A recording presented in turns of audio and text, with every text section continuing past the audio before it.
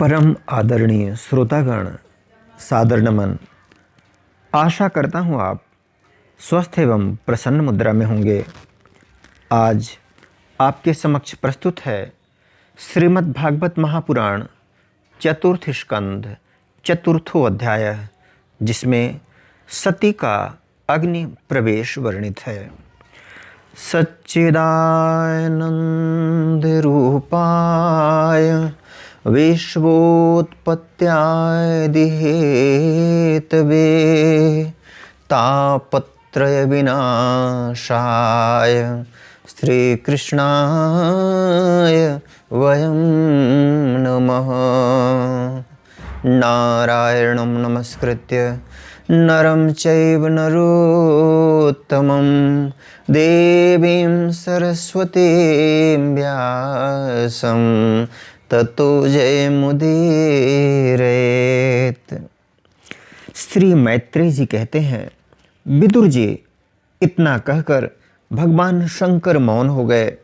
उन्होंने देखा कि दक्ष के यहाँ जाने देने अथवा जाने से रोकने, दोनों ही अवस्थाओं में सती के प्राण त्याग की संभावना है। इधर सती जी भी कभी बंधुजनों को देखने जाने की इच्छा से बाहर आती और कभी भगवान शंकर रुष्ट न हो जाएं, इस शंका से फिर लौट जाती। इस प्रकार कोई एक बात निश्चित न कर सकने के कारण वे दुविधा में पड़ गईं, चंचल हो गईं। बंधुजनों से मिलने की इच्छा में बाधा पड़ने से वे बड़ी अनमनी हो गईं। स्वजनों के स्नेहवश उनका हृदय भर आया और वे आंखों में आंसू भरकर अत्यंत व्याकुल हो रोने लगे। उनका शरीर थर थर कांपने लगा और वे अप्रतिम पुरुष भगवान शंकर की ओर इस प्रकार रोषपूर्ण दृष्टि से देखने लगी, मानो उन्हें भस्म कर देंगी। शोक और क्रोध ने उनके चित्त को बिल्कुल बेचैन कर दिया तथा स्त्री स्वभाव के कारण उनकी बुद्धि मूढ़ हो गई। जिन्होंने प्रीतिवश उन्हें अपना आधा अंग तक दे दिया था, उन सत्पुरुषों के प्रिय भगवान शंकर को भी छोड़कर वे लंबी लंबी सांस लेती हुई अपने माता पिता के घर चल दें। सती को बड़ी फुर्ती से अकेली जाते देख श्री महादेव जी के मणिमान एवं मद आदि हजारों सेवक भगवान के वाहन वृषराज को आगे कर तथा और भी अनेकों पार्षद और यक्षों को साथ ले बड़ी तेजी से निर्भयता पूर्वक उनके पीछे हो लिए। उन्होंने सती को बैल पर सवार करा दिया तथा मैना पक्षी, गेंद, दर्पण और कमल आदि खेल की सामग्री, श्वेत छत्र, चमर और माला आदि राज चिन्ह तथा दुंदुभि, शंख और बांसुरी आदि गाने बजाने के सामानों से सुसज्जित हुए हो वे उनके साथ चल दिए। तदनंतर सती अपने समस्त सेवकों के साथ दक्ष की यज्ञशाला में पहुंची। वहां वेद ध्वनि करते हुए ब्राह्मणों में परस्पर होड़ लग रही थी कि सबसे ऊंचे स्वर में कौन बोले। सब और ब्रह्मर्षि और देवता विराजमान थे तथा जहाँ तहाँ मिट्टी, काठ, लोहे, सोने, डाभ और चर्म के पात्र रखे हुए थे। वहाँ पहुँचने पर पिता के द्वारा सती की अवहेलना हुई। यह देख यज्ञकर्ता दक्ष के भय से सती की माता और बहनों के सिवा किसी भी मनुष्य ने उनका कुछ भी आदर सत्कार नहीं किया। अवश्य ही उनकी माता और बहनें बहुत प्रसन्न हुईं और प्रेम से गदगद होकर उन्होंने सती को आदरपूर्वक गले लगाया। सती जी को आदरपूर्वक गले लगाया, किंतु सती जी ने पिता से अपमानित होने के कारण बहनों के कुशल प्रश्न सहित प्रेम पूर्ण वार्तालाप तथा माता और मौसियों के सम्मान पूर्वक दिए हुए उपहार और सुंदर आसन आदि को स्वीकार नहीं किया। सर्वलोकेश्वरी देवी सती का यज्ञ मंडप में तो अनादर हुआ ही था। उन्होंने यह भी देखा कि उस यज्ञ में भगवान शंकर के लिए कोई भाग नहीं दिया गया है और पिता दक्ष उनका बड़ा अपमान कर रहा है। इससे उन्हें बहुत क्रोध हुआ। ऐसा जान पड़ता था मानो वे अपने रोष से संपूर्ण लोकों को भस्म कर देंगी। दक्ष को कर्म मार्ग के अभ्यास से बहुत घमंड हो गया था। उसे शिव जी से द्वेष करते देख जब सती के साथ आए हुए भूत उसे मारने को तैयार हुए तो देवी सती ने उन्हें अपने तेज से रोक दिया और सब लोगों को सुनाकर पिता की निंदा करते हुए क्रोध से लड़खड़ाती हुई वाणी में कहा। देवी सती ने कहा, पिताजी, भगवान शंकर से बड़ा तो संसार में कोई भी नहीं है।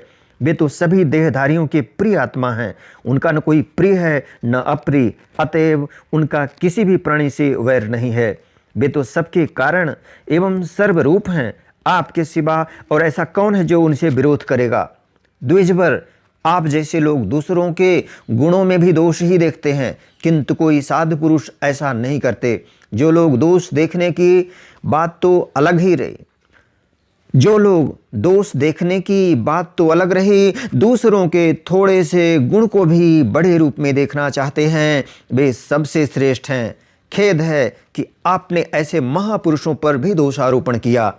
जो दुष्ट मनुष्य इस शव रूप जड़ शरीर को ही आत्मा मानते हैं, वे यदि ईर्ष्यावश सर्वदा ही महापुरुषों की निंदा करें तो यह कोई आश्चर्य की बात नहीं है, क्योंकि महापुरुष तो उनकी इस चेष्टा पर कोई ध्यान नहीं देते, परंतु उनके चरणों की धूल उनके इस अपराध को न सहकर उनका तेज नष्ट कर देती है।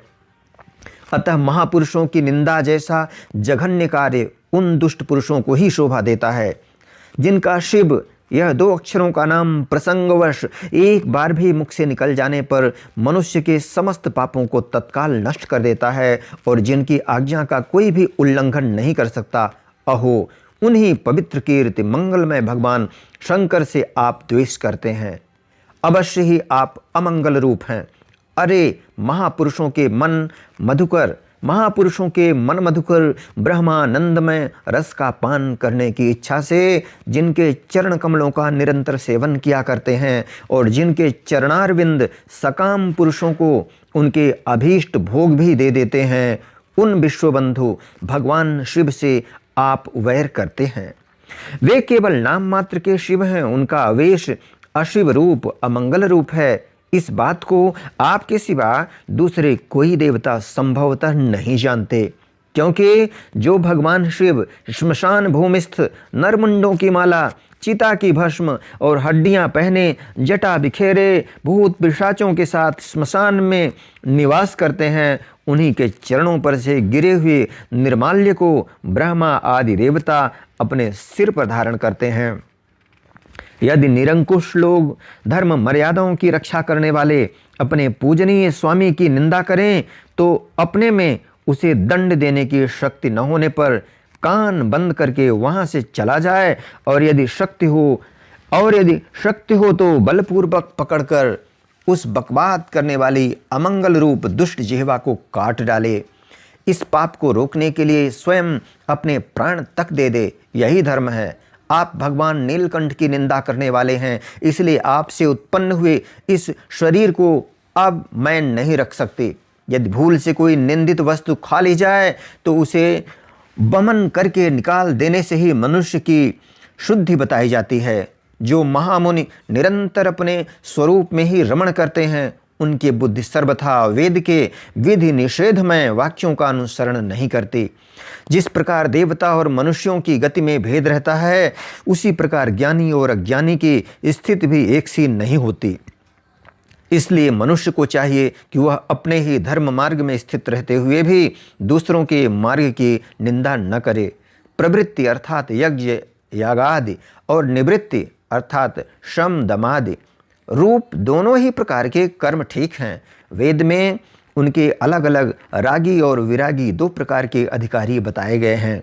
परस्पर विरोधी होने के कारण उक्त दोनों प्रकार के कर्मों का एक साथ एक ही पुरुष के द्वारा आचरण नहीं किया जा सकता। भगवान शंकर तो ब्रह्मरूप परमात्मा हैं, उन्हें इन दोनों में से किसी भी प्रकार का कर्म करने की आवश्यकता नहीं है। पिताजी, हमारा ऐश्वर्य अव्यक्त है, आत्मज्ञानी महापुरुष ही उसका सेवन कर सकते हैं। आपके पास वह ऐश्वर्य नहीं है और यज्ञशालाओं में यज्ञान्न से तृप्त होकर प्राण पोषण करने वाले कर्मठ लोग उसकी प्रशंसा भी नहीं करते। आप भगवान शंकर का अपराध करने वाले हैं, अतः आपके शरीर से उत्पन्न इस निंदनीय देह को रखकर मुझे क्या करना है। आप जैसे दुर्जन से संबंध होने के कारण मुझे लज्जा आती है। जो महापुरुषों का अपराध करता है उससे होने वाले जन्म को भी धिक्कार है। जिस समय भगवान शिव आपके साथ मेरा संबंध दिखलाते हुए मुझे हंसी में दाक्षायणी अर्थात दक्ष कुमारी के नाम से पुकारेंगे, उस समय हंसी को भूलकर मुझे बड़ी ही लज्जा और खेद होगा। इसलिए उसके पहले ही मैं आपके अंग से उत्पन्न इस शब तुल्य शरीर को त्याग दूंगी। श्री मैत्रेय जी कहते हैं, कामादि शत्रुओं को जीतने वाले विदुर जी उस यज्ञ मंडप में दक्ष से इस प्रकार कह देवी सती मौन होकर उत्तर दिशा में भूमि पर बैठ गईं। उन्होंने आचमन करके पीला वस्त्र ओढ़ लिया तथा आंखें मूंदकर शरीर छोड़ने के लिए वे योग मार्ग में स्थित हो गईं। उन्होंने आसन को स्थिर कर प्राणायाम द्वारा प्राण और अपान को एक रूप करके नाभि चक्र में स्थित किया। फिर उदान वायु को नाभि चक्र से ऊपर उठाकर धीरे धीरे बुद्धि के साथ हृदय में स्थापित किया। इसके पश्चात अनिंदिता सती उस हृदय स्थित वायु को कंठ मार्ग से भ्रिकुटियों के बीच में ले गईं। इस प्रकार जिस शरीर को महापुरुषों के भी पूजनीय भगवान शंकर ने कई बार बड़े आदर से अपनी गोद में बैठाया था, दक्ष पर कुपित होकर उसे त्यागने की इच्छा से महामनस्विनी सती ने अपने संपूर्ण अंगों में वायु और अग्नि की धारणा की। अपने पति जगत गुरु भगवान शंकर के चरण कमल मकरंद का चिंतन करते करते सती ने सब ध्यान भुला दिए। उन्हें उन चरणों के अतिरिक्त कुछ भी दिखाई न दिया। इससे वे सर्वथा निर्दोष अर्थात मैं दक्ष कन्या हूँ ऐसे अभिमान से भी मुक्त हो गईं और उनका शरीर तुरंत ही योगाग्नि से जल उठा। उस समय वहां आए हुए देवता आदि ने जब सती का देह त्याग रूप यह महान आश्चर्यमय चरित्र देखा, तब वे सभी हाहाकार करने लगे और वह भयंकर कोलाहल आकाश में एवं पृथ्वी तल पर सभी जगह फैल गया। सब और यही सुनाई देता था, हाय दक्ष के दुर्व्यवहार से कुपित होकर देवाधिदेव महादेव की प्रिया सती ने प्राण त्याग दिए। देखो सारे चराचर जीव इस दक्ष प्रजापति की ही संतान हैं, फिर भी इसने कैसी भारी दुष्टता की है। इसकी पुत्री शुद्ध हृदया सती सदा ही मान पाने के योग्य थी, किंतु इसने उसका ऐसा निरादर किया कि उसने प्राण त्याग दिए। वास्तव में यह बड़ा ही असहिष्णु और ब्राह्मण द्रोही है। अब इसकी संसार में बड़ी अपकीर्ति होगी। जब इसकी पुत्री सती इसी के अपराध से प्राण त्याग करने को तैयार हुई, तब भी इस शंकर द्रोही ने उसे रोका तक नहीं। जिस समय सब लोग ऐसा कह रहे थे, उसी समय शिव जी के पार्षद सती का यह अद्भुत प्राण त्याग देख अस्त्र शस्त्र लेकर दक्ष को मारने के लिए उठ खड़े हुए। उनके आक्रमण का वेग देखकर भगवान भृगु ने यज्ञ में विघ्न डालने वालों का नाश करने के लिए अपहंतम रक्ष इत्यादि मंत्र का उच्चारण करते हुए दक्षिणाग्नि में आहुति दी। अध्वर्यु भृगु ने जो ही आहुति छोड़ी कि यज्ञ कुंड से ऋभु नाम के हजारों तेजस्वी देवता प्रकट हो गए। इन्होंने अपनी तपस्या के प्रभाव से चंद्रलोक प्राप्त किया था। उन ब्रह्म तेज संपन्न देवताओं ने जलती हुई लकड़ियों से आक्रमण किया तो समस्त गुह्यक और प्रमथगण इधर उधर भाग गए। इत श्रीमद्भागवते महापुराणे पारमहंस्यां संहितायां चतुर्थ स्कंधे सती देहोत्सर्गो नाम चतुर्थो अध्याय। बोलो वृंदावन बिहारी लाल की जय। यदक्षर पदभ्रष्टं मात्राहीनं च यद् भवेत् तत्सर्वं क्षम्यतां देव प्रसीद परमेश्वर। वीडियो देखने के लिए धन्यवाद एवं आभार। जय हिंद, जय जगत। आपका जीवन मंगलमय हो।